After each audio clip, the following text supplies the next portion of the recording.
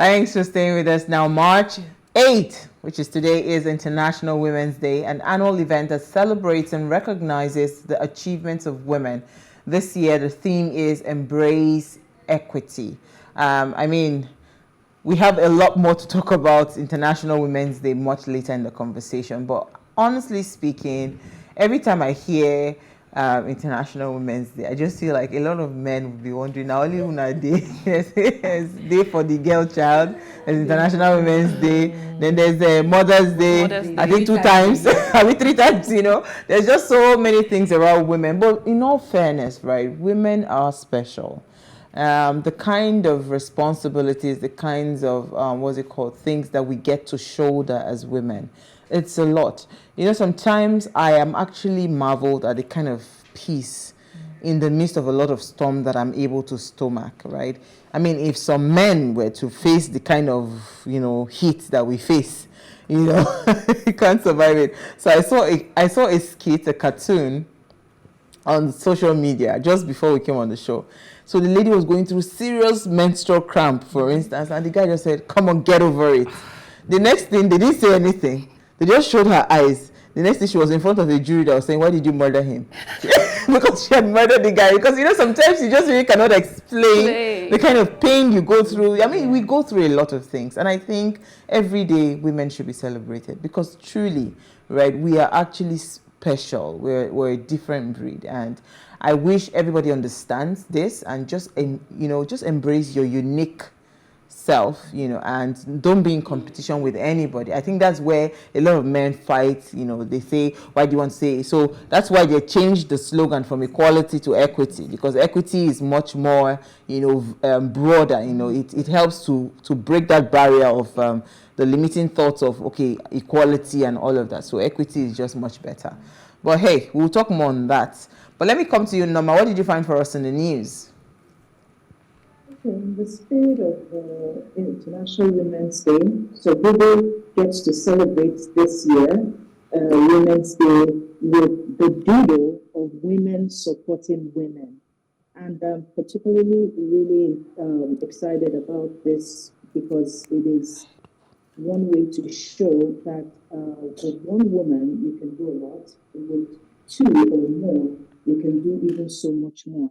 So showing the global tech company celebrated this year, and it showed how women are supporting women across all endeavors of life.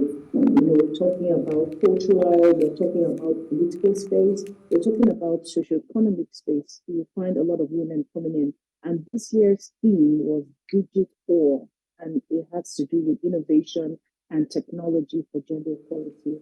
So I think it's a really, really important aspect to look into, where women get to support other women, and women can show up with their strength in diverse areas of life, and also be able to enjoy equitable work environment that enables them to thrive, of course, with other women supporting their endeavors. So I was really excited when I saw this, and I said, "Oh, kudos to Google celebrating women today in that space." All right. Well, we're struggling to hear your sound, but let me come to you, Glory. What did you find for us in the news? Okay, what's in the news is just a celebration of milestone by the U.S. female soccer team. So it reads that more than a year after U.S. soccer and the United States women's national team brokered a landmark equal pay agreement, star player and 2-time World Cup champion Megan Rapinoe is still coming to terms with the implication of what her team has achieved. So this is basically about them. They had this issue of equal pay. So they played more, had more tournaments, they made more money, but actually were earning lesser than their male colleagues. So they filed a lawsuit around 2019 requesting for equal pay. And I think sometime last year, they won the suit, and so they are now getting what they feel they truly deserve. So one of the remarkable things that caught my attention from what she said was, she said there was a relentless and refusal to accept anything other than what we felt like we deserve. So it's like what what you do and what you feel you deserve. That's, I think, the basis of what we're talking about, equity. Absolutely. You know that when they celebrated that win, I was really happy for them because again, that's one soccer team that has really done well. So why don't you just, the guys that are going and coming, they're not even bringing the wins home, but this team, they really did well. Yeah. And I'm happy she actually stood her ground to fight for her team and, you know, eventually it paid off. How about you, Chinelo? Okay, so most wanted Nigerian woman extradited to Italy. A 48-year-old Nigerian woman, Jeff Joy, who was one of the few women on Italy's 100 most wanted criminal list, has been extradited to Italy. Joy had been on the list of the 100 most dangerous fugitives since 2010, and she had the leading role in the illegal transporting of Nigerian girls to Italy, the Netherlands, and Spain, so they could be initiated into prostitution. And according to reports, she would usually use threats and then violence to actually threaten these girls when they eventually travel. And I saw this and it actually caught my attention because also we're celebrating International Women's Day today. And situations like this have made women to be seen in a certain light. And it's quite sad to see that human trafficking is still something that is making waves as much as it is right now, despite all of the awareness and all of the caution that has been thrown. But then I'm happy that this woman has finally been caught, and I pray that all the other people actually that wanted as well are also. This thing is a very, very strong syndicate. It is. It's not something that you can just. I mean, did you watch that movie Oloture, the one that Yes. had a bit of controversy around, you know, the release and all of that? If you had watched the documentary from the lady that went under the guise of being a prostitute, you would know that these things are real. And the thing about trafficking or maybe drugs or whatever, it's actually a very, very powerful, strong cartel.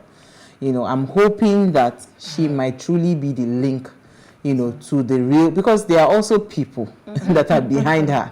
Right? Strong people. Very strong people that you will not even imagine that these people, you know, so you really cannot tell that this is the kingpin that you have captured in things like this. So I'm hoping that whatever information they'll be able to milk out of her would you know, then help to really, you know, rally around all those people and, you know, just arrest all of them. You know, my father, one of the reasons he moved to the north, right? We are from Edo State, Benin, as you know. One of the reasons my father moved and lived, you know, so before we even came to this world, he had already said as a young boy, he was not going to live in Benin because it was something that was very, very prevalent. And it's not something, so in every family you must hear that, oh, one Peking day Italo, you know, and all of that. So my father didn't understand that concept of why would I take my children and sell them out to go and make money and all of that. So for him, he wanted to raise us in a much more saner environment, and that was why he chose Kaduna State. And you know, so all our lives, all of us, my oldest sister, our firstborn, turned 50 late last year. She's a day after my birthday, November 5th, right? And all of us were all born in the north, right? So I mean, just to tell you, this thing is not a today thing. Yeah. So the amount of work that needs to be done, you know, to really curb it. Because now what is even much more painful is that people, you know, then you didn't have a choice. So if a man has 5 children, they'll just come cajole the man and he will release maybe 2 of his daughters. Now it is the people that go and meet them that, please, I want to go, and because they feel like this lifestyle is attractive. Yeah. So it's a lot. All right, so I have to bring you back to what is happening to our reality in Nigeria. Tribunal. Tribunal rejects INEC request to vary orders in Atiku and Obi's favor. Now, according to the Presidential Election Petition Tribunal on Wednesday, had rejected the application by the independent National Electoral Commission to vary the orders in it earlier granted to People's Democratic Party's candidate and the Labour Party's candidate, that's Atiku Abubakar and Peter Obi, respectively, to inspect election materials used during the presidential poll. So I don't even know how this will pan out, right? The report, the court issued this restraining order in the ruling to what was given before, the permission that was granted, you know, to them, you know, right after the conduct of the February 25th election. They had gone to court and they had given them, okay, it is a go ahead to be able to access this materials, but all of a sudden now, They're saying none. So both Obi and Atiku, of course, they challenged the outcome of the elections. So I don't even know how this is going to play out. You know what is worrisome for me?